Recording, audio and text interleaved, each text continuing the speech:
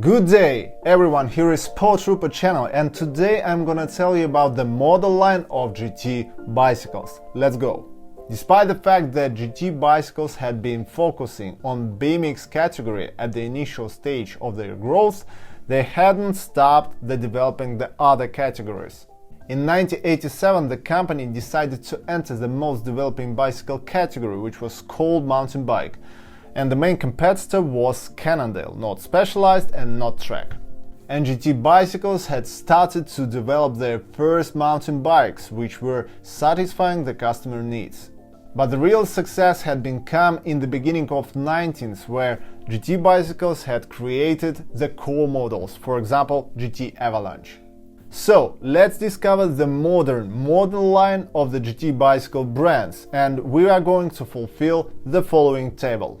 First of all, it would be the type of the mountain bike. For sure we will go through the cross-country till downhill bicycle types. Then we will set up the size of the wheels, and here we have only two options, 27 or 29s. Next thing is a suspension travel. For example, the cross-country bikes has a suspension travel around 80 to 100 mm, when a downhill bikes has a travel around 200 mm. Then we will set up the type of the frame. Here we have only two options, one is hardtail with only front suspension and the second is full suspension bike. Finally we will talk about the frame materials, and here we have only two options, one is aluminium and the second is carbon. So we are starting with the most common bicycle category in the world, which is called fitness mountain bike. GT bicycles represents this category with two wheel size, 27 or 29, with the suspension travel from 75 till 80 mm. And I think that this option of the front suspension is quite a good decision, because 100 mm is a quite complicated task to make this good. Most of the companies uses the cheapest companies in such categories, so if you have a 100 mm but bad suspension fork, it would be for sure bad for you. The category is represented with the one model line, which is called Aggressor. And I think that everyone knows this naming of the model because it exists from 1998. The first Aggressor bike was created around 20 years ago, and it was created with the triple triangle technology. Okay, right now stop and let's talk about the most famous technology of GT bicycles, which is called triple triangle. Triple triangle is a special GT geometry, which is for sure patented by the company. The frame consists of three triangles, but the typical bicycle consists of the two triangles, one is front and another is rear. The triple triangle has three, one is front, another is rear, and the third is between the seat tube, the upper tube and the seat stays. The seat stays are moved directly through the seat tube and are linked to the top tube. This allows to make two special things. One is to shorten the rear triangle in order to make the bicycle more nimble. And the second thing is to make the bicycle more stiff. By the way, the stiffness of the triple triangle is not always the good thing, because the absorption level is totally reduced in the aluminum frames. But in 2020 the company decided not to link the seat stays and the seat tube between each other, and it reduces the stiffness of the frame. But for sure the marketing thing of the triple triangle is the visual part of the bike. You can recognize a GT bicycle with the triple triangle technology at the first glimpse, even if you don't have the naming on the frame.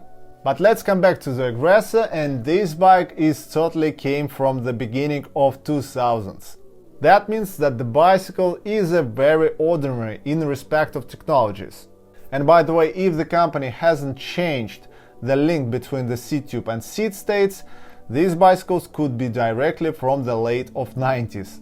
So there are regular head tube, external cabling, so typical geometry, so it's a good bike for a totally newbie. So by the way, with any equipment the bicycle could be based on 27 or on 29 wheels. Next category will be fitness trail. This is the same thing as a fitness mountain bike, but with a few differences. This bike is quite ordinary based on the 27 or 29 wheels with a suspension from 100 till 120 mm. And a model which is representing this category is called Avalanche. Avalanche is releasing from 1991 and this is a very good model for any amateur rider. There is a quite more interesting frame, for example with tapered tube, internal cabling, and for sure it is lighter. The geometry of bike is quite close to the trail one, but the components are for sure from the cross-country bike, so that's why it is called fitness trail. But if you think that this is the only category which is called by myself, you are totally wrong. Now we have a cross-trail category and you will say, hey dude, what are you talking about?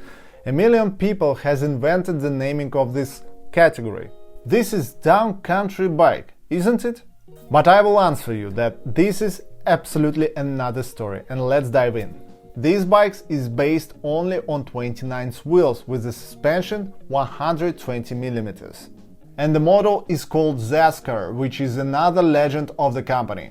The frame is quite close to the Avalanche, but it is more stiff and more light. Moreover, this model could be also based on the carbon frame. And the geometry of the bike is quite close to the trail, and the company is quite close to the cross-country. And for sure, Zaskar bike is quite popular in the world because it has his own soul. But the real trail bike is represented by GT bicycles with Zaskar LT, long travel. It is 27 or 29 wheel base bicycle with the travel from 130 till 140 mm. It exists only with the aluminium frame and specially made for the fun trail rides. But the trail category has also the first full suspension bike by GT, which is also based on aluminium and carbon frames. By the way, GT bicycles had released their first full suspension mountain bike in 1993 and it was called RTS-1.